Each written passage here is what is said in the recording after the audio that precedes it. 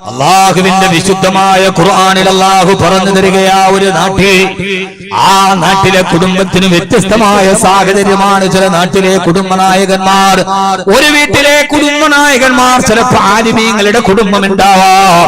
അങ്ങനെയുള്ള കുടുംബമാണ് ആല ഇമ്രാൻ. അല്ലാഹു പറയുകയാണ്, ആലു ഇമ്രാൻ, ഇമ്രാന്റെ കുടുംബം എന്ന് പറഞ്ഞാൽ മഹാനായ ഇമ്രാൻ അലൈഹിമുസ്സലാത്തു വസ്സലാം ബൈത്തുൽ മുഖദ്ദസിലെ ഇമാമായിരുന്നല്ലോ. ബൈത്തുൽ മുഖദ്ദസിലെ ഇമാമായിരുന്ന മഹാനായ ഇമ്രാൻ അലൈഹിസ്സലാത്തു വസ്സലാം, ആ മഹാനവറുകളുടെ ഭാര്യയാണ് ഹന്നാ റളിയല്ലാഹു തആല അൻഹാ. തന്റെ ജീവിതത്തിൽ ഒരു മകളെ കിട്ടാതെ വന്നപ്പോ, തനിക്കൊരു കുട്ടിയെ കിട്ടാതെ വന്നപ്പോ അവസാനം അല്ലാഹുവിന്റെ മുമ്പിൽ ചെന്നിട്ട്, അല്ലാഹുവേ ഇന്നീ നദർതു ലക മാ ഫീ ബത്നി മുഹററാ, അല്ലാഹുവേ എനിക്കൊരു കുഞ്ഞുണ്ടായാൽ ആ കുഞ്ഞിനെ ഞാൻ ബൈത്തുൽ മുഖദ്ദസിനെ നേർച്ചയാക്കി കൊള്ളാമെന്ന് പറഞ്ഞ അല്ലാഹുവിൽ അടങ്ങാത്ത ഈമാനുള്ള ഭാര്യയായിരുന്നു ഇമ്രാൻ റളിയല്ലാഹു അൻഹുവിന്റെ ഭാര്യ. ഒരു നാട്ടിലെ കുടുംബത്തിലെ കുടുംബനാഥൻ ഒരു ആലിമാണെങ്കിൽ, ഒരു പള്ളിയിലെ ഇമാമിന്റെ മുക്രിയുടെ വീടാണെങ്കിൽ അവരുടെ മാതൃകയാണ് ഇമ്രാൻ. ആര് ഇമ്രാൻ? ആരെന്ന് പറഞ്ഞാൽ കുടുംബം, ഇമ്രാന്റെ കുടുംബം. ആ ഇമാമിനും ഇമാമിന്റെ പ്രിയപ്പെട്ട ഭാര്യക്ക് ജനിച്ച പൊന്നുമോളായിരുന്നല്ലോ മഹദിയായ മറിയം റളിയല്ലാഹു തആല അൻഹാ. ആ ഇമാമിന്റെ മകളായിരുന്നു മറിയം റളിയല്ലാഹു തആല അൻഹാ. സഹോദരാ, ഇങ്ങനെയാണ് അല്ലാഹു ഒരു കുടുംബത്തെ പരിചയപ്പെടുത്തുന്നത്. ഇമാമുകളുടെ കുടുംബത്തിന്റെ ഉദാഹരണമാണ് ആര് ഇമ്രാൻ. ഇനി ആ നാട്ടിൽ ഞാൻ പെട്ടെന്ന് പറഞ്ഞു പോവുകയാണ്. രണ്ടാമത്തെ കുടുംബനായകൻ ഒരു എഞ്ചിനീയറിന്റെ കുടുംബമാവാ, ഒരു എഞ്ചിനീയറിന്റെ കുടുംബമാവാ, ഒരു അധികാരിയുടെ കുടുംബമാവാ. ആ കുടുംബമാണ് മഹാനായ നബിയുല്ലാഹി ദാവൂദ് അലൈഹിസ്സലാത്തു വസ്സലാമിന്റെ കുടുംബം. ആര് ദാവൂദ്? മഹാനായ ദാവൂദ് നബിയാരാ. യഅമലൂന ലഹു മാ യസാഉ മിൻ മഹാരീബ വതമാഥീല വജിഫാനിൻ കൽ ജവാബി വഖുദൂരി റാസിയാ. തന്റെ വല്ലാത്ത കരകൗശല വൈഭവം കൊണ്ട് ഫലസ്തീൻ നഗരത്തെ ലോകത്തിന്റെ ഏറ്റവും വലിയ നാഗരികതയുടെ നഗരിയാക്കി മാറ്റിയ മഹാനായ നബിയുല്ലാഹി ദാവൂദ് അലൈഹിസ്സലാത്തു വസ്സലാമിന്റെ കുടുംബം ആല് ദാവൂദ്. ഇനി മൂന്നാമത്തെ കുടുംബനായകൻ പഞ്ചായത്ത് പ്രസിഡന്റ് ആവാം, സ്റ്റാൻഡിംഗ് കമ്മിറ്റി ചെയർമാനാവാം, MLA കുടുംബമാവാം, മന്ത്രിയുടെ കുടുംബമാവാം. അധികാര സ്ഥാനത്തിരിക്കുന്ന ആളുകളുടെ കുടുംബത്തെ അല്ലാഹുവിന്റെ ഖുർആൻ പറഞ്ഞിട്ടുണ്ടല്ലോ. അതാണ് മഹാനായ ആലു സുലൈമാൻ. ലോകം മുഴുവനും അടക്കി ഭരിച്ച, കാറ്റിനെ സഞ്ചാരയോഗ്യമാക്കിയ, ലോകം കണ്ട് അടക്കി ഭരിച്ച ചക്രവർത്തിയായിരുന്ന മഹാനായ സുലൈമാൻ നബി അലൈഹിസ്സലാത്തു വസ്സലാമിന്റെ കുടുംബം. മനസ്സിലായോ നിങ്ങൾക്ക്? അല്ലാഹു ഇത് വാക്കവി അല്ല പറഞ്ഞ, ഖുർആനാണ് പറയണത്. അധികാരത്തിലിരിക്കുന്നവരാവാം, അവരുടെ കുടുംബമാണ് ആലു സുലൈമാൻ. ഇനി സഹോദരാ, ചില വീടുകളിൽ ഭർത്താവ് നല്ല മനുഷ്യനായിരിക്കാം, പക്ഷേ ആ വീട്ടിലെ പെണ്ണ് വഴിതെച്ചു പോയ പെണ്ണാവാം. അങ്ങനെയുള്ള കുടുംബത്തിന് ഉദാഹരണം പറയാനാണ് ഇന്നല്ലാഹ അസ്തഫാ ആദമ വആല ഇബ്രാഹീമ വആല ഇമ്രാന അലൽ ആലമീൻ. ഇന്നല്ലാഹ അസ്തഫാ ആദമ വനൂഹൻ, മഹാനായ നൂഹ് നബി അലൈഹിസ്സലാത്തു വസ്സലാമിന്റെ കുടുംബം. മഹാനായ നൂഹ് നബി അലൈഹിസ്സലാത്തു വസ്സലാമോ കുടുംബനായകനാണ്. 950 വർഷം അല്ലാഹുവിന് വേണ്ടി ജീവിച്ച, പടച്ചറപ്പിന്റെ പൊരുത്തത്തിന് മാത്രം ജീവിച്ച ശൈഖുൽ അംബിയാ നൂഹ് നബി അലൈഹിസ്സലാത്തു വസ്സലാം. പക്ഷേ നൂഹ് നബിയുടെ ഭാര്യയോ വഖീല ദുഖുലൻ നാറ മഅദ്ദാഖിലീൻ, നാളെ നരകത്തിൽ പോകേണ്ട പെണ്ണാണ്. അത്രമേൽ അസാൻമാർഗികത്വത്തിലൂടെ നടന്ന പെണ്ണാണെന്ന് അല്ലാഹുവിന്റെ വിശുദ്ധ ഖുർആൻ. ചില വീട്ടില് ഭർത്താവ് നല്ല സാലിഹായ മനുഷ്യനാണ്, ഭാര്യയോ എന്നാ വേറെടുത്തോ ഭാര്യ നല്ല സാലിഹത്തായ ആബിദത്താണ്, ഭർത്താവോ മഹാത്തമ്മാടിയാണ്. അങ്ങനെയുള്ള കുടുംബമാണ് വഖാല റജുലുൻ മുഅ്മിനുൻ മിൻ ആലി ഫിർഔൻ.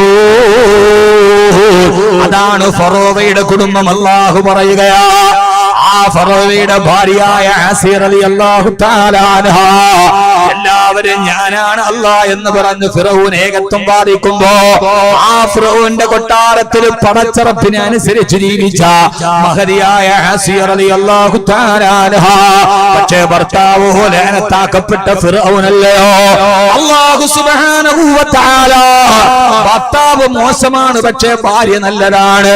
ഇങ്ങനെ വിഭിന്നമായ എത്ര കുടുംബങ്ങൾ. ഇനി വളരെ ഗൗരവമായ ഭാഗത്തേക്ക് ഞാൻ കടന്നു വരട്ടെയോ. ഒരു വീട്ടില് വാപ്പയും നല്ലതാണ്, മക്കളും നല്ല വാപ്പയും നല്ലതാണ്, ഭാര്യ ഉമ്മയും നല്ലതാണ്. പക്ഷേ മക്കളിൽ ചില മക്കള് തെമ്മാടികളാവും. ചില മക്കള് പറ മനുഷ്യന്മാരെ നിങ്ങളൊന്ന് സഹകരിക്കുക. നിങ്ങളെ അന്തം വിട്ട് അന്താളിച്ചിക്കണ എന്താ? ചില വീട്ടിൽ ഭർത്താവ് നല്ലത്, ഭാര്യ വഴിവിട്ടു പോകും. ചിലടത്ത് ഭാര്യ നല്ലത്, ഭർത്താവ് വഴിവിട്ടു പോകും. ചിലര് ഭാര്യയും ഭർത്താവും നല്ലതാണ്, പക്ഷെ മക്കള്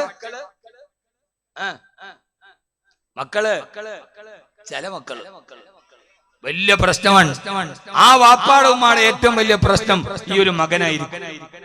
അതിനാണ് ഖുർആൻ പറഞ്ഞത്. എല്ലാ കുടുംബവും ഞാൻ പറഞ്ഞു. ഇമാമിന്റെ കുടുംബം പറഞ്ഞു, ആല ഇമ്രാൻ എന്റത് പറഞ്ഞു. ഇനി പഞ്ചായത്ത് പ്രസിഡന്റ് കുടുംബം ആലു സുലൈമാൻ അതും പറഞ്ഞു. അധികാരത്തിലിരിക്കുന്നവരുടെ കുടുംബം, എഞ്ചിനീയർമാരുടെ കുടുംബം പറഞ്ഞു, മുക്രിക്കാക്കടയും പറഞ്ഞു. ഇനി ഫൈസൽ സാഹിബിന് ഫൈസൽ സാഹിബിനല്ല പാട്ട് പാടുന്ന ആ കുടുംബമാണ് ആല് ദാവൂദ്. ആ കുടുംബമാണ് ആല് ദാവൂദ്. നാളെ നിങ്ങൾ സ്വർഗലോകത്ത് വരുമ്പോ സ്വർഗവാസികൾക്ക് വേണ്ടി പാട്ടുപാടുന്ന ഒരു പ്രവാചകനുണ്ട്. ആരാണ്? നബിയേ, മഹാനായ നബിയുല്ലാഹി ദാവൂദ് അലൈഹിസ്സലാത്തു വസ്സലാം അവിടെ ഗാനം നടത്തുമെന്ന് ആദരവായ പ്രവാചകൻ നബി മുഹമ്മദ് മുസ്തഫ. അപ്പൊ പാട്ടുകാരന്റെ കുടുംബമായി ആര്? ദാവൂദ്. സ്വർഗത്തിലെ പാട്ടുകാരനാണ് മഹാനായ നബിയുല്ലാഹി ദാവൂദ് അലൈഹിസ്സലാത്തു വസ്സലാം. പാട്ടിനെ ഖുർആൻ നിരുത്സാഹപ്പെടുത്തിയിട്ടില്ല. ഫൈസൽ അലൈഹിനെ സംബന്ധിച്ചോളം ഞാൻ അദ്ദേഹത്തെ പലപ്പോഴും പല പ്രോഗ്രാമുകളും വീക്ഷിക്കാറുള്ള ഒരാളാണ്. എന്നെ ആരെ ചോദ്യം ചെയ്യാൻ വരണ്ട. എന്റെ വായനയുടെ ലോകം വിശാലമാണ്, എന്റെ നിലപാടുകളും വിശാലമാണ്. അപ്പൊ ആരും നെറ്റി ചുളിക്കാൻ വേണ്ടി വരേണ്ട കാര്യത്തിൽ ഖുർആൻ എന്ന് പറഞ്ഞാൽ അതൊരു സംഗീതം തന്നെ ആയിരുന്നല്ലോ. ഖുർആന്റെ സംഗീതത്തെക്കാൾ വലിയൊരു സംഗീതം പിന്നെ ലോകത്ത് വന്നിട്ടില്ല. ഖുർആന്റെ സംഗീതം, ലോകത്തിലെ ഏറ്റവും വലിയ സംഗീത ചക്രവർത്തിമാര് ജീവിച്ചിരുന്ന കാലമാണ് ഖുർആൻ അവതരിപ്പിക്കപ്പെടുന്ന കാലം. ഞാൻ അതിലേക്ക് എന്റെ വിഷയം മാറിപ്പോകും. ഏറ്റവും വലിയ സംഗീതജ്ഞന്മാരെന്ന് പറഞ്ഞാൽ രാത്രിയിൽ അങ്ങാടിയിൽ നിന്ന് വീട്ടിലോട്ട് നടന്നു പോകുന്ന നടപ്പാറയിൽ ഇരുട്ടിന്റെ വടിയിൽ നടന്നു പോകുമ്പോ കൂട്ടായി നിന്ന് ആ സമയത്ത് രചിക്കുന്ന പാട്ട് പാടിയിട്ട് പോയ ആളുകളാണ് അറബികൾ. അവര് പാട്ട് എഴുതിയത് ഇങ്ങനെ പേപ്പർ വെച്ചിട്ട് ആലോചിച്ച് പ്രാസം നോക്കി അങ്ങനെ ഒന്നും എഴുതിയതല്ലല്ലോ. ഒരു പാട്ടെന്ന് പറയുമ്പോ കുറെ സമയം വേണം എഴുതാൻ. ഫൈസൽ സാഹിബിനെ കുറിച്ച് അറിയാം.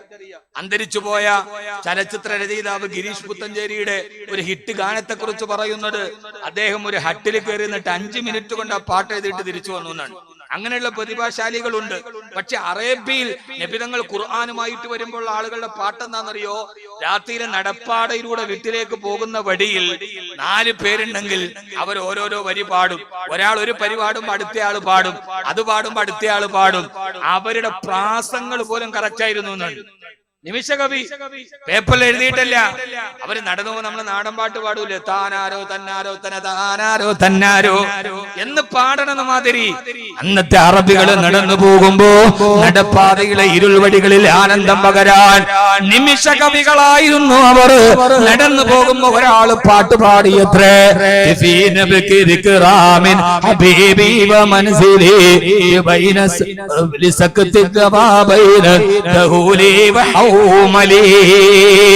അയാള് പാടി തീർന്ന് പാടുത്തയാള് പാട്ടുപാടി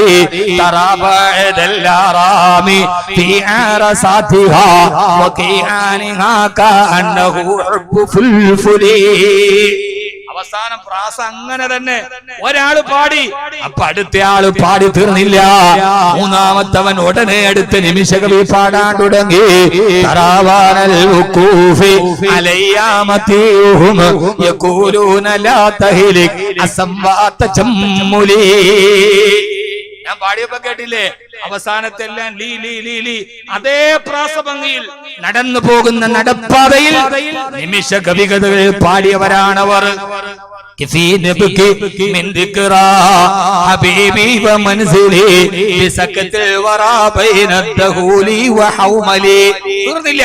അടുത്ത ആള് وترابعد الارام في عرساتها وكيانها كأنه حب فلفلي. ഇത്രമേൽ സാഹിത്യത്തെ പ്രണയിച്ചവരായിരുന്നു അവർ. അവരുടെ മുമ്പിലാണ് ഹബീബായ നബി മുഹമ്മദ് മുസ്തഫ സല്ലല്ലാഹു അലൈഹി വസല്ലമ ദാവൂദ് നബി അലൈഹിസ്സലാത്തു വസ്സലാമിന്റെ കുടുംബത്തെ പരിചയപ്പെടുത്തി കൊടുത്തത്. സഹോദരാ, തീർന്നില്ല. ഞാൻ എന്റെ പ്രിയപ്പെട്ട സഹോദരങ്ങളോട് ഓർമ്മിപ്പിക്കുകയാ, നമ്മുടെ ഇടയിൽ കാണുന്ന പ്രശ്നങ്ങളെ ഖുർആൻ അവതരിപ്പിക്കുന്നത് ഇങ്ങനെയാണ്. ഒരു വീട്ടിൽ വാപ്പയും നല്ലതാണ്, ഉമ്മയും നല്ലതാണ്, കഷ്ടപ്പെട്ട് വളർത്തിയ മക്കളാണ്. അവസാനമാ മക്കള് തമ്മിലടിക്കുന്നത് കണ്ടിട്ട് കരയേണ്ടി വന്ന പിതാക്കന്മാരില്ലയോ? തങ്ങൾ നൊന്ത് പ്രസവിച്ച് വളർത്തിക്കൊണ്ടുവന്ന തങ്ങളുടെ മക്കൾ അവര് പരസ്പരം കിടന്ന് അടികൂടുന്നത് കണ്ടിട്ട് മക്കളുടെ ഇടയിൽ സാഹോദര്യം നഷ്ടപ്പെട്ട് മക്കള് തമ്മിൽ പരസ്പരം തലതല്ലി കീറുന്നത് കണ്ട് കരയേണ്ടി വന്ന എത്രയെത്ര പിതാക്കന്മാരും ഉമ്മമാരുമാ. അവരെ കുറിച്ചാണ് അല്ലാഹുവിന്റെ ഖുർആൻ പരിചയപ്പെടുത്തി കൊടുക്കുന്നത്. മഹാനായ ആദം നബി അലൈഹിസ്സലാത്തു വസ്സലാം, ആദം നബി അലൈഹിസ്സലാത്തു വസ്സലാമിന്റെ മക്കളായിരുന്നല്ലോ കാബീലും ഹാബീലും. കാബീൽ ജേഷ്ഠനാണ്, ഹാബീൽ ഇളയ അനുജനാണ്. കാബീലിന് അനുജനായ ഹാബീലിനോട് അസൂയ തോന്നിയപ്പോ അവസാനം അസൂയ വളർന്ന് കാബീല് ഹാബീലിനെ കൊല്ലാൻ തീരുമാനിച്ചു. ഒട്ടകത്തിന്റെ തോളിൽ നീട്ടിക്കൊണ്ട് അനുജനായ ഹാബീലിന്റെ തല തല്ലി തകർക്കാൻ വന്നപ്പോ എന്റെ ഇളയറ്റിന് തടിച്ചുകൂടിയ പ്രിയപ്പെട്ട സഹോദരാ, കുടുംബ ജീവിതത്തിൽ നമ്മൾ പാലിക്കേണ്ട മര്യാദകൾ അല്ലാഹു നമുക്ക് വിവരിച്ചു തരികയാ. ആരോഗ്യവും സാമർഥ്യമുള്ള ചേട്ടൻ തന്നെ കൊല്ലാൻ വേണ്ടി അസൂയ മുത്തിട്ട് അനുജൻ ഒരു തെറ്റും ചെയ്തിട്ടില്ല. നിരപരാധിയായ പാവപ്പെട്ട അനുജൻ ചേട്ടനോട് അപമര്യാദയായിട്ടൊരു വർത്തമാനം പോലും പറഞ്ഞിട്ടില്ല. പക്ഷേ അനുജനായ ഹാബീലിന് സൗന്ദര്യമുണ്ട്. അതിൽ അസൂയ മുത്തിട്ട് ചേട്ടനായ കാബീല് ഒട്ടകത്തിന്റെ തോളല്ലുകൊണ്ട് പ്രിയപ്പെട്ട അനുജന്റെ തലക്കടിച്ചു കൊല്ലാൻ വരുന്ന ചേട്ടന്റെ നേരെ നോക്കിയിട്ട് അനുജനായ ഹാബീൽ പറയുന്ന ഒരു മറുപടി ഖുർആനിലുണ്ട്. ഇത് കബീർ ബാക്കവിയുടെ വകയല്ല, ഇത് അല്ലാഹുവിന്റെ വിശുദ്ധ ഖുർആൻ. മഹാനായ ഹാബീൽ അലൈഹിസ്സലാത്തു വസ്സലാം പറയാണ്, ചേട്ടാ ലൈൻ ബസത്ത ഇലയ്യ യദക ലിതഖ്തുലനി മാ നബി ബാസുത്നി യദിയ ഇലൈക ലിയഖ്തുലക ഇന്നി അഖാഫുല്ലാഹ റബ്ബൽ ആലമീൻ. ലൈൻ ബസത്ത ഇലയ്യ യദക, ചേട്ടാ ഞാൻ നിങ്ങളോടൊരു തെറ്റും ചെയ്തിട്ടില്ല, നിങ്ങൾ എന്നെ കൊല്ലാൻ വേണ്ടി വരുമ്പോ എന്നെ കൊല്ലാൻ വേണ്ടി എന്റെ തല നിങ്ങൾ ഒട്ടകത്തിന്റെ തോളല് കൊണ്ട് അടിച്ച് പൊട്ടിച്ചാലും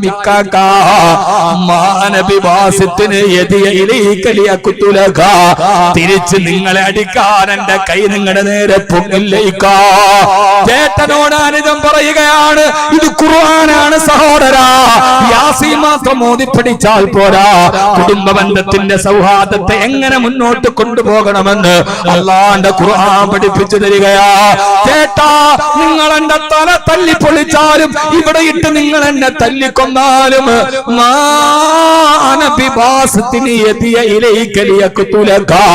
നിങ്ങളുടെ നേരെ എന്റെ കൈ ഞാനൊന്ന് പൊന്തിക്കുക പോകുമില്ല. എന്റെ ചേട്ടന് നേരെ എന്റെ കൈ പൊന്തുകയില്ല, എന്റെ ചേട്ടന് ഞാൻ തെറി വിളിക്കുകയില്ല. എന്തുകൊണ്ടെന്നറിയുമോ ഇക്കാക്ക? എനിക്ക് ആരോഗ്യമില്ലാഞ്ഞിട്ടല്ല, നിങ്ങളോട് തിരിടാൻ എനിക്ക് സാമർഥ്യമില്ലാഞ്ഞിട്ടല്ല, നിങ്ങൾ ചെയ്യുന്നത് പോലെ തിരിച്ചു ചെയ്യാൻ എനിക്കറിയാഞ്ഞിട്ടല്ല. പക്ഷേ ഇന്നി അഖാഫുല്ലാഹ റബ്ബൽ എനിക്കെന്റെ സർവലോക രക്ഷിതാവായ പടച്ചറപ്പിനെ പേടിയാ, എനിക്കെന്റെ അള്ളാനെ പേടിയാ. വാപ്പാടെ പേരിലുള്ള സമ്പത്തിന്റെ പേരിലല്ലേ നിങ്ങൾ എന്നെ കൊല്ലാൻ വരുന്നത്? ഉമ്മ സമ്പാദിച്ച സ്വത്ത് തട്ടിയെടുക്കാനല്ലേ നിങ്ങൾ എന്നെ കൊല്ലാൻ വരുന്നത്? ഇല്ല ഇല്ല, എല്ലാം നിങ്ങളെടുത്തോ, എനിക്കൊന്നും വേണ്ട. പക്ഷേ ഒരു കാര്യം സത്യമാണ്, ഈ പച്ചമണ്ണിൽ നിന്ന് എന്നെയും നിങ്ങളെയും പടച്ചെടുത്ത പടച്ചറപ്പിനെ തന്നെയാണ് സത്യം.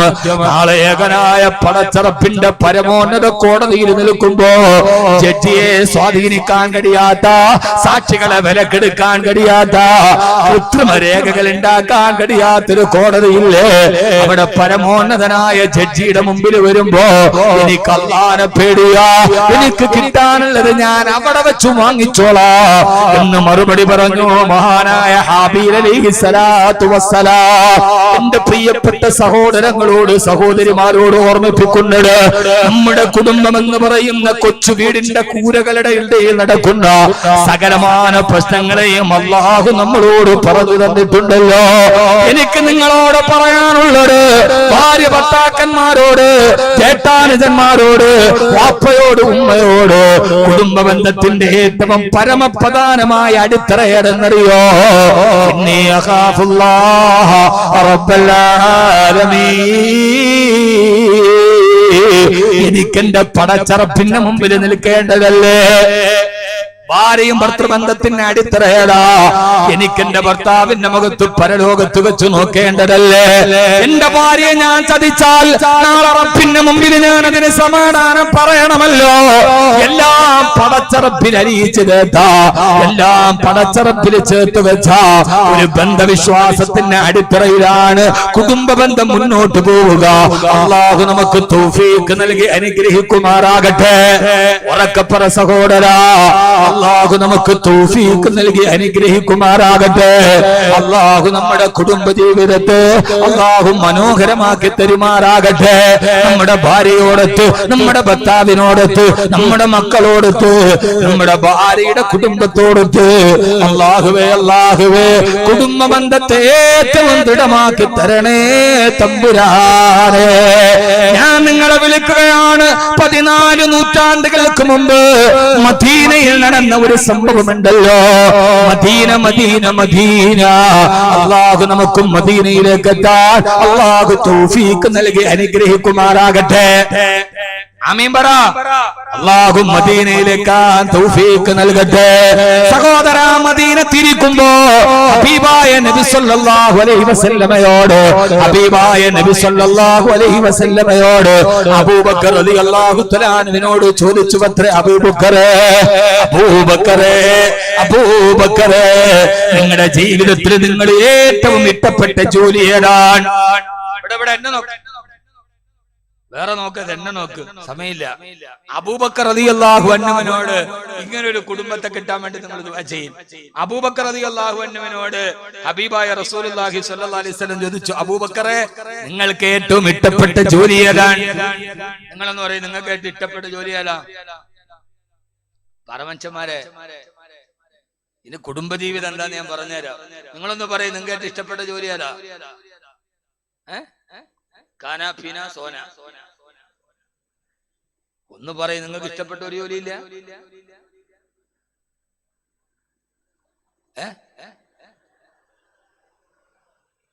ഉറങ്ങ. നല്ല ബേജാറുള്ള ആളാ. ഉറങ്ങ. എന്നാൽ നിങ്ങൾ കേട്ടോളി, ഹബീബായ നബി സല്ലല്ലാഹു അലൈഹി വസല്ലമയാണ് ചോദിച്ചത്, അബൂബക്കറേ, നിനക്ക് ജീവിതത്തിൽ ഏറ്റവും ഇഷ്ടപ്പെട്ട ജോലി ഏതാ? മറുപടി വന്നു, അൻനളുറു ഇലാ വജ്ഹിക യാ റസൂലല്ലാഹ്, അങ്ങയുടെ മുഖത്തേക്ക് ഇങ്ങനെ വെറുതെ നോക്കിയിരിക്കണം നബിയേ. വേറൊരു ജോലിയും അബൂബക്കറിന് ഇഷ്ടമല്ല. അൻനളുറു ഇലാ വജ്ഹിക യാ റസൂലല്ലാഹ്, അങ്ങയുടെ മുഖത്തേക്കൊന്ന് നോക്കിയിരിക്കണം. രാപകലുകളുടെ വ്യത്യാസമില്ലാതെ ഏത് സമയത്തും എനിക്ക് അങ്ങയുടെ മുഖത്തേക്ക് നോക്കിയിരിക്കാൻ കഴിഞ്ഞാൽ അതാണ് ഞാൻ എനിക്ക് ഏറ്റവും ഇഷ്ടപ്പെട്ട കാര്യമെന്ന് നബി മുഹമ്മദ് മുസ്തഫ സല്ലല്ലാഹു അലൈഹി വസല്ലമയുടെ അബൂബക്കർ റളിയല്ലാഹു അൻഹു പറഞ്ഞു. നിങ്ങൾ കേട്ടിട്ടില്ലേ ചരിത്രം? ഉണ്ടാ? ഇത് കേട്ടിട്ട് നിങ്ങൾക്ക് എന്തേലും തോന്നിയ? നമ്മൾ കുറെ നാളായില്ല വാത് കേൾക്കാൻ തുടങ്ങിയിട്ട്. ഇത് കേട്ടിട്ട് നിങ്ങൾക്ക് എന്തെങ്കിലും തോന്നിയോ? കുടുംബജീവിതത്തിന്റെ പ്രധാനപ്പെട്ട ഒരു ഭാഗം പറഞ്ഞാൽ അവസാനിപ്പിക്കുക. സമയം പോണത് അറിയണില്ല. നിങ്ങൾക്കൊന്നും മനസ്സിലായില്ല? ഒന്നും തോന്നിയില്ല? ഇതാണ് നമ്മൾ ചരിത്രം നന്നായിട്ട് കേൾക്കും, പക്ഷെ ചരിത്രത്തിനൊരു പിന്നാമ്പുറമാണ്. ഈ ചരിത്രത്തിനൊരു പിക്ചറൈസേഷൻ ഉണ്ട്. ആ ചരിത്രത്തെ നമ്മൾ നന്നായിട്ട് പുറകിൽ നിന്ന് എന്ത് ചെയ്യണം? ചിന്തിക്കണം. മോനെ, ചോദ്യം ചോദിച്ചത് ആരാണ്? ആരാ?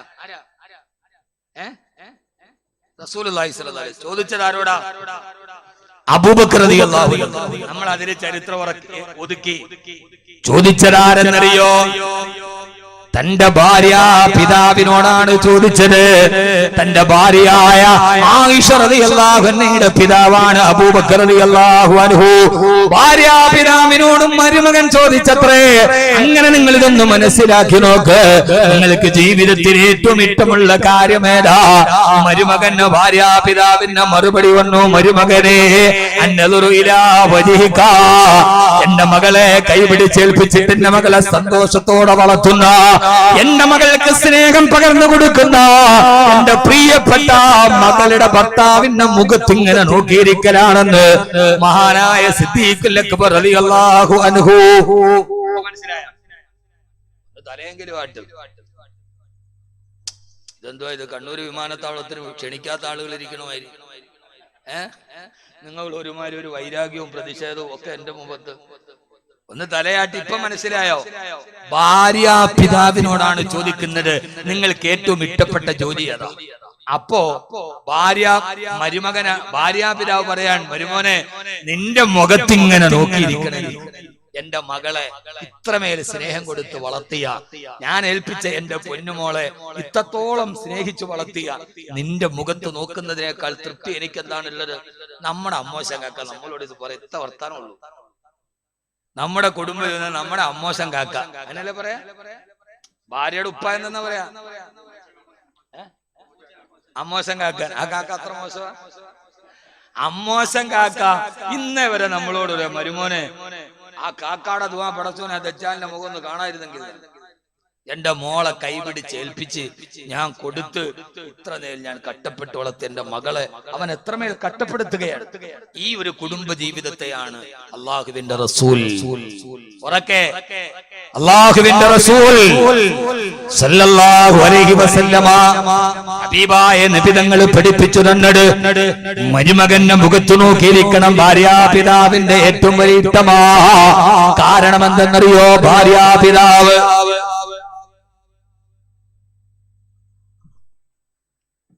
ഭാര്യയുടെ പിതാവ് നിക്കാഹ് നടക്കുന്ന സമയത്ത് ഭാര്യയുടെ പിതാവ് നമ്മുടെ കയ്യിൽ പിടിച്ചിട്ട് പറയുന്നൊരു വാക്കുണ്ട്. ആ വാക്കിന്റെ അർത്ഥം നിങ്ങൾ ശ്രദ്ധിച്ചിട്ടുണ്ടോ? ഉസഫിദുക അലാ മാ അമറല്ലാഹു തആല ബിഹി മിൻ ഇംസാകിൻ ബിമഅറൂഫിൻ ഔ തസ്രീഹിൻ ബിഇഹ്സാൻ. കല്യാണച്ചന്തയില് മാത്സര്യ ബുദ്ധിയോടെ കോടുകൾ എറിഞ്ഞ് പകിട കളിക്കുന്ന സമുദായത്തിന് എന്താണ് വിവാഹമെന്നറിയില്ല. ഇസ്ലാമിന്റെ വിവാഹം ഈ രണ്ട് വാക്കുകളാണ്. ഭാര്യയുടെ പിതാവ് അണിഞ്ഞൊരുങ്ങി വരയ്ക്കുന്ന പുതിയാപ്പിളയുടെ കയ്യിലേക്ക് തന്റെ കൈ ചേർത്ത് വെച്ചിട്ട് ഭാര്യയുടെ പിതാവ് വിറക്കുന്ന ഹൃദയത്തോടെ വിതുമ്പുന്ന ചുണ്ടുകളോടെ പറയാ, നിക്കാഹ് നടക്കുന്ന സദസ്സിൽ ഏറ്റവും ടെൻഷൻ ആർക്കാ? പ്രിയപ്പെട്ട ഭാര്യയുടെ, പ്രിയപ്പെട്ട പുതിയ പെണ്ണിന്റെ ഉപ്പാക്കല്ലയോ? കഴിഞ്ഞ 18 വർഷമായി കൈവെള്ളയിലെ കൈവല്യം പോലെ കാത്തു സൂക്ഷിച്ച എന്റെ പൊന്നുമോളെ, പലഹാരം വാങ്ങിച്ചിട്ട് ഞാൻ വരുമ്പോ എന്നെ കാത്തിരുന്ന എന്റെ പൊന്നുമോളെ, ഉപ്പാനെ കാണുന്നതും കാത്ത് ഭൂമുഖവാദത്തിൽ കാത്തിരുന്ന എന്റെ പൊന്നുമോളെ. ഒരു വാപ്പാക്ക് എത്ര മക്കളുണ്ടെങ്കിലും ഏറ്റവും കൂടുതൽ സ്നേഹം പെൺമക്കളോടല്ലേ? ആൺമക്കളോട് സ്നേഹം കുറവാണെന്നല്ല, വാപ്പയുമായി ഏറ്റവും മാനസികമായിട്ട് അടുപ്പമുള്ളൊരു പെൺമക്കളാ. അവര് നമ്മുടെ മടിയിൽ വന്നിരിക്കും.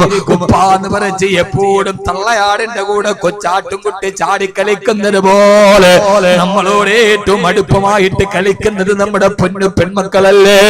രണ്ടാൺകുട്ടികളുടെയും ഒരു പൊന്നുമോളുടെയും ഉപ്പ എന്ന മനുഷ്യനാണിത് പറയുന്നത്. സഹോദരാ, അത്രമേ നമ്മൾ സ്നേഹിച്ച പൊന്നുമോളെ, 18 വയസ്സായ പോയപ്പോ ഒരു ചെറുപ്പക്കാരന്റെ കയ്യിലേക്ക് വെച്ചു കൊടുത്തിട്ട് പറയുന്നൊരു വാക്കുണ്ട്, മോനെ എന്റെ മകളെ ഞാൻ നിനക്ക് ഞാനിപ്പോ വിവാഹം ചെയ്തു തരുന്നത്. എന്റെ മകൾക്ക് ഭക്ഷണം കൊടുക്കാൻ എന്റെ വീട്ടിലില്ലാത്തത് കൊണ്ടല്ല, 18 വയസ്സ് വരെ ജീവിച്ച എന്റെ മകൾ ഒരു അധിക ഭാരമായത് കൊണ്ടല്ല, എന്റെ മകളെ ഇനി വീട്ടിൽ നിന്ന് മാറ്റി നിർത്താനല്ല, 18 വയസ്സ് വരെ എന്റെ ഹൃദയത്തിലെ പൂ പോലെ ചേർത്ത് വെച്ച എന്റെ പൊന്നുമോളെ നിനക്ക് ഞാൻ ഇപ്പൊ നിന്റെ കയ്യിൽ ഏൽപ്പിക്കുന്നത് എന്നോട് എന്റെ റബ്ബ് കൽപ്പിച്ചത് കൊണ്ടാ. എന്റെ അള്ളാഹു ഒരു പെൺകുട്ടി പ്രായപൂർത്തിയായാൽ അവളെ ഹലാലായ രീതിയിൽ വിവാഹം ചെയ്തു കൊടുക്കൽ ഒരു വാപ്പാന്റെ കടമയാണെന്ന് എന്റെ ഉപ്പന്റെ അള്ളാഹു എന്നോട് പറഞ്ഞത് കൊണ്ടാ. അള്ളാഹു എന്നോട് ഇത് പറഞ്ഞില്ലായിരുന്നത് എന്റെ മകളെ നിന്റെ വീട്ടിലേക്ക് ഞാൻ പറഞ്ഞയക്കുമായിരുന്നില്ല. സഹോദര, ഇങ്ങനെ റബ്ബ് നിശ്ചയിച്ചില്ലെങ്കിൽ ഏതെങ്കിലും ഒരു വാപ്പ തന്റെ മകളെ വിവാഹം ചെയ്തു കൊടുക്കോ? കാരണം വാപ്പാടെ കരളാണ് പറിച്ചു കൊടുക്കുന്നത്. ഇന്നലെ വരെ വീട്ടുമുറ്റത്ത് കളിച്ചു നടന്ന പ്രിയപ്പെട്ട പെങ്ങളെ കാക്ക ചങ്ക് പറിച്ചാണ് കൊടുക്കുന്നത്. ഒരു വീട്ടിൽ നിന്ന് ചങ്കിനെ കരളിനെ പറിച്ചെടുത്തിട്ടാണ് കൊടുക്കുന്നത്. എന്റെ പ്രിയപ്പെട്ട പുതിയാപ്ലേ, എന്റെ റബ്ബ് കൽപ്പിച്ചത് കൊണ്ട് മാത്രമാണ് നിനക്ക് ഞാൻ വിവാഹം ചെയ്തു തരുന്നത്. ആ രീതിയിൽ കരാറും ഉടമ്പടിയും ഉണ്ടാക്കി നമ്മളോട് പറയുമ്പോ പുതിയാപ്ല പറയാണ്, നിങ്ങൾ ഈ പറഞ്ഞ പൊന്നുമോളെ ഞാൻ ചേർത്ത് പിടിച്ചോളാം എന്റെ ജീവിതത്തിലേക്ക്. ഇത്രമേലാളുകളുടെ മുമ്പിൽ വെച്ച് വാപ്പ ഏൽപ്പിച്ചു തന്ന പൊന്നുമോളെ, ആ പൊന്നുമോളെ വളർത്തിക്കൊണ്ടുപോയിട്ടൊരു കൂട്ടുകാരിയെ പോലെ, ഒരു പെങ്ങളെ പോലെ, ഭാര്യയെ പോലെ ചേർത്ത് പിടിച്ച മരുമകന്റെ മുഖത്തേക്ക് നോക്കിയിരിക്കലാണ് എനിക്ക് ഏറ്റവും ഇഷ്ടമെന്ന് മഹാനായ സയ്യിദുനാ അബൂബക്കർ സിദ്ദീഖ് റളിയല്ലാഹു തആല അൻഹു. സഹോദരായ, പറയേണ്ട കാര്യമില്ല, എല്ലാം പടച്ചറപ്പിന്റെ തീരുമാനമാണ്. എന്റെ ഭാര്യ എന്റെ അടുക്കലേക്ക് വന്നത് എന്റെ തീരുമാനമാണ്, അല്ലാഹുവിന്റെ തീരുമാനമാണ്. അതിനെ സ്നേഹത്തോടെ സ്വീകരിക്കാൻ ഏത് ഭാര്യ ഭർത്താക്കന്മാർക്ക് കഴിയുമോ അവരാണ് കുടുംബ ജീവിതത്തിൽ ഏറ്റവും വലിയ വിജയശ്രീലാളിതരാവുക. അല്ലാഹു തൗഫീഖ് നൽകി അനുഗ്രഹിക്കുമാറാകട്ടെ. വാപ്പ അങ്ങനെയാണ് കല്യാണം കഴിച്ചു തന്നത്. എന്റെ റബ്ബ് പറഞ്ഞോണ്ടാണ് ഞാൻ തരണത്. അള്ളാഹ് കൽപ്പിച്ചില്ലെങ്കിൽ ഒരു വാപ്പ ഒരു മോളെ തരൂല. തരൂ പരുവമനുഷ്യന്മാരെ മറുപടി പറയുന്നത് അതിന് ഗൂഗിളിൽ നോക്കണം. കൊടുക്കോ? ഇല്ല. എല്ലാരെയും സാക്ഷി നിർത്തി എന്റെ മകളെ നോക്കിക്കോണം എന്ന് പറഞ്ഞു കൊടുത്തതാണ്. അങ്ങനെ കല്യാണം കഴിച്ചു കൊടുത്തു. എന്നെ നോക്കി അങ്ങനെ കല്യാണം കഴിച്ച് കൊടുത്തു. മകളും മരുമകനും പോയി ജീവിതം ആരംഭിച്ചു. കല്യാണം കഴിഞ്ഞ മകളും മരുമകനും എങ്ങനെ ജീവിക്കുന്നു എന്നറിയാൻ ഉപ്പ ഒരിക്കൽ കല്യാണം കഴിച്ചു വിട്ട മകളുടെ വീട്ടിലെത്തി. ശ്രദ്ധിച്ചു കേട്ടോളി. മഹദിയായ ഹഫ്സ റളിയല്ലാഹു അൻഹയും അല്ലാഹുവിന്റെ റസൂൽ സന്തോഷത്തോടെ ജീവിക്കുന്ന വീട്ടിലേക്ക് മഹാനായ ഉമർ റളിയല്ലാഹു തആല കടന്നു വന്നു. മഹാനായ ഉമർ റളിയല്ലാഹു അൻഹു റസൂലുള്ളാഹി സ്വല്ലല്ലാഹു അലൈഹി വസല്ലമയും ഹഫ്സ റളിയല്ലാഹു അൻഹയും സന്തോഷത്തോടെ ജീവിക്കുന്ന വീട്ടിലേക്ക് വന്നു. ഹഫ്സ റളിയല്ലാഹു അൻഹ ആരാ?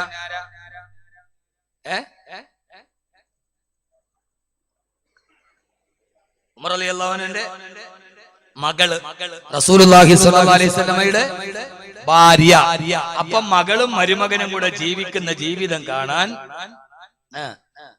ഭാര്യയുടെ വാപ്പ വീട്ടിൽ വന്നു. അങ്ങനെ നിങ്ങൾ കരുതിക്കോളി, ഭാര്യയുടെ വാപ്പ വീട്ടിൽ വന്നു. ആ വീടിന്റെ അകത്തോട്ട് കയറിയപ്പോഴേ മനസ്സിലായി ഇന്ന് ഈ വീട്ടിൽ ഒന്നും ഉണ്ടാക്കിയിട്ടില്ല. ഒരൽപ്പവും കൂടി അകത്തോട്ട് കയറിയപ്പോ മനസ്സിലാക്കി ഇന്നലെയും ഈ വീട്ടിൽ ഒന്നും ഉണ്ടാക്കിയില്ല. ഒരൽപ്പവും കൂടി അകത്തോട്ട് കയറിയപ്പോ മനസ്സിലായി ഒരാഴ്ചയായിട്ട് ഈ വീട്ടിൽ ഭക്ഷണമേ ഉണ്ടാക്കിയിട്ടില്ല.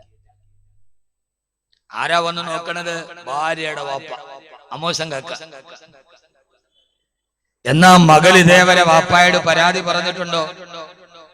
ഉണ്ടോ? നമ്മുടെ വീട്ടിലെങ്ങാനും ഒരാഴ്ച ഇവള് പട്ടിണിയാനുള്ള അവസ്ഥ ആലോചിച്ചു. വാപ്പല്ല, പഞ്ചായത്ത് പ്രസിഡന്റ് ഇത് പറയും, ഫേസ്ബുക്കിലും. ഇപ്പൊ പിന്നെ ആളുകൾക്ക് എന്തെങ്കിലും പ്രശ്നം ഉണ്ടായി അള്ളഹാനോട് പോലും പറച്ചിലില്ല, ഫേസ്ബുക്കിലാണ് ഫുള്ള്. പണ്ടൊക്കെ നമുക്കൊരു വിഷമമുണ്ടായി നമ്മൾ അള്ളാനോട് പറയും പടച്ചോനൊന്ന് മാറ്റി തരാൻ. ഇപ്പോ എല്ലാവർക്കും പറയാനുള്ള സ്ഥലം ഏതാ? ഫേസ്ബുക്കാണ്. ആദ്യം തന്നെ ഭാര്യക്ക് ഭർത്താവിനെ കുറിച്ച് പറയാനുള്ളതും. ഇപ്പൊ എത്ര ലൈവുകളാ പ്രവാസിയെ ചതിച്ച ഭാര്യ. അങ്ങാടിപ്പാട്ടായി കുടുംബത്തിന്റെ ഉള്ളിലെ രഹസ്യങ്ങൾ. അങ്ങാടിപ്പാട്ടായി മനുഷ്യൻ ഉളുപ്പ് നഷ്ടപ്പെട്ടു. ഈ ഒരാഴ്ച പട്ടിണിയായിട്ട് ഇതാണ് സഹോദരി, നിങ്ങൾ നോക്കി എന്റെ പൊന്നു സഹോദരിമാരെ, ഒരാഴ്ച പട്ടിണിയായിട്ട് മകള് വിളിച്ചു പറഞ്ഞോ വാപ്പായോട്, വാപ്പാ പട്ടിണിയാണ്, എന്നെ വന്ന് കൊണ്ടുപോകാൻ. ഇല്ല, ഭർത്താവിനോട് ചേർന്ന് നിന്നു. ഇതാണ് കുടുംബജീവിതം. സിമ്പിളായിട്ട് ഞാൻ പറഞ്ഞുതരാം. ഒരു ഭർത്താവ് കല്യാണം കഴിഞ്ഞ ഉടനെ ഭാര്യയോട് പറഞ്ഞു, ഞാൻ എപ്പ ഭക്ഷണം കഴിച്ചാലും ഭക്ഷണത്തിന്റെ കൂടെ ഒരു കിണ്ടിയിൽ വെള്ളവും ഒരു സൂചിയും കൊണ്ടുവന്ന് നോക്കും. ഭർത്താവ് പറഞ്ഞ അന്ന് മുതൽ ഭാര്യ ഭക്ഷണം വിളമ്പുമ്പോ കിണ്ടിയിൽ വെള്ളവും സൂചിയും കൊണ്ടുവെക്കും. സൂചിയും കൊണ്ടുവെക്കും. 10-28 വർഷം ഒരു ഭാര്യ ഭർത്താക്കന്മാരായി ജീവിച്ചു. അപ്പോഴൊക്കെ ഭക്ഷണം കൊണ്ടുവന്ന് വെക്കുമ്പോ കിണ്ടിയിൽ വെള്ളവും സൂചിയും വെക്കും. ഭർത്താവ് ഇതേവരെ ഉപയോഗിച്ചിട്ടില്ല. കഴിച്ച പ്ലേറ്റ് എടുത്തുകൊണ്ട് പോകുമ്പോൾ ഭാര്യ ഇത് കൊണ്ടുപോയി പൂർവ്വസ്ഥാനത്ത് വെക്കും. വീണ്ടും വിളമ്പുമ്പോ എടുത്തു വെക്കും. നിരന്തരമായി 28 വർഷം ഈ പെണ്ണിത് ചെയ്തു. ഭർത്താവ് എന്ന ജീവിതത്തിൽ ഇന്നേ അവർ ഉപയോഗിച്ചിട്ടില്ല. നമ്മുടെ പെണ്ണുങ്ങളാണെങ്കിൽ പറയും, കല്യാണം കഴിഞ്ഞാണ് പറഞ്ഞ എനിക്ക് ഭക്ഷണം കിണ്ടിയും വെള്ളവും കൊണ്ട് വെക്കണം, ഒരു സൂചിയും വെക്കണം. ഒരു 2 ദിവസം കഴിയുമ്പോ വീട്ടിൽ വിളിച്ചോട്ട് കഴിയും, വാപ്പ നന്നായിട്ട് അന്വേഷിച്ചിട്ട് എന്നെ പുതിയാപ്പിള എനിക്ക് തന്നത്. എന്ത് മോളെ, അയാൾക്ക് മൂച്ചിപ്പിരാന്താണ്. 2 ദിവസമായിട്ട് കിണ്ടിയിൽ വെള്ളവും സൂചിയും വെക്കലാണ് എന്റെ ജോലി. നിങ്ങൾ ഇങ്ങനെ ആവണോന്നല്ല ഞാൻ പറഞ്ഞത്, കുടുംബ ജീവിതം ഇങ്ങനെയാണ്. അല്ല നമ്മുടെ വാശിയും വൈരാഗ്യവും ഞാൻ ആരാന്നറിയോ നീ ആരാന്നറിയോ ഇത് ജീവിതത്തിൽ നടക്കൂല. അത് വെളിയിലെ പറ്റൂ. അത് വെളിയിലെ പറ്റൂ. നമുക്ക് സദസ്യ വെല്ലുവിളിക്കാൻ ധൈര്യം ഉണ്ടേ പാടാം, വീട്ടിൽ പറ്റൂ. രാഷ്ട്രീയത്തിൽ നമുക്ക് വെല്ലുവിളിക്കാം ധൈര്യം ഉണ്ടേ വാ, നമുക്ക് മത്സരിക്കാം, വീട്ടിൽ പറ്റൂ? പറ്റൂല. അവസാനം മരണാസന്നനായി ഭർത്താവ് കിടന്നപ്പോ ഈ ഭാര്യ അടുത്ത് എന്നിട്ട് ചോദിച്ചു, പിന്നെ എനിക്ക് മരിക്കുന്നതിന് ഒരു കാര്യം ചോദിക്കാണ്. അതുവരെ ചോദിച്ചില്ല, അടക്കി പിടിച്ചു. നിങ്ങൾ കല്യാണം കഴിഞ്ഞ അന്ന് മുതൽ ഭക്ഷണം വിളമ്പുമ്പോ കിണ്ടിയിൽ വെള്ളവും സൂചിയും കൊണ്ടുവന്ന് വെക്കാൻ പറഞ്ഞിട്ടുണ്ട്. ഞാൻ ഇതേവരെ അത് കൊണ്ടുവന്ന് വെച്ചിട്ട് നിങ്ങളത് ഉപയോഗിച്ചിട്ടില്ല. മരിക്കണതിന് മുമ്പ് അതെന്താ എന്നെ കൊണ്ട് ഇത്രയും നാളും ചെയ്യിപ്പിച്ചെന്ന് ഒന്ന് പറഞ്ഞു തരൂ. അപ്പൊ ഭർത്താവ് പറഞ്ഞു, പെണ്ണെ ഞാനത് നിന്നോട് പറഞ്ഞത് നീ ഭക്ഷണം വിളമ്പുമ്പോഴും ഞാൻ ഭക്ഷണം കഴിക്കുമ്പോഴും ഭക്ഷണം താഴെ വീണു പോയാൽ ഈ സൂചി കൊണ്ട് ആ ചോറിന്റെ മണി കുത്തിയെടുത്ത് കിണ്ടിയിലെ വെള്ളത്തിൽ നന്നായിട്ട് വൃത്തിയാക്കി തിന്നാൻ വേണ്ടിയാണ്. പക്ഷേ നീ വിളമ്പുന്നതിന്റെ സൂക്ഷ്മത കൊണ്ടും ഞാൻ കഴിച്ചതിന്റെ അവധാനത കൊണ്ടും ഇന്നേ വരെ ഒരു പറ്റ് പോലും താഴെ വീണിട്ടില്ല. ഇത് ഉപയോഗിക്കേണ്ടി വന്നിട്ടില്ല. കഥ മനസ്സിലായത്? വിളമ്പിയ പെണ്ണിന്റെ സൂക്ഷ്മത മാത്രം പോരാ, കഴിക്കുന്ന പുരുഷന്റെ അവധാനതയും കൂടി വേണം. രണ്ടും ചേരുമ്പോഴാണ് ഇതൊന്നും ഉണ്ടാവാതിരിക്കുക. വിളമ്പുന്നവൾ ഭാര്യയാണ്, കഴിക്കുന്നത് ഭർത്താവാണ്. രണ്ടുപേരും ഒരേപോലെ ഒരാളുടെ സൂക്ഷ്മതയും മറ്റൊരാളുടെ അവധാനതയും ചേരുമ്പോഴാണ് പട്ടിണിയാണെങ്കിലും പരിവട്ടമാണെങ്കിലും കുടുംബജീവിതം സന്തോഷകരമാവുക.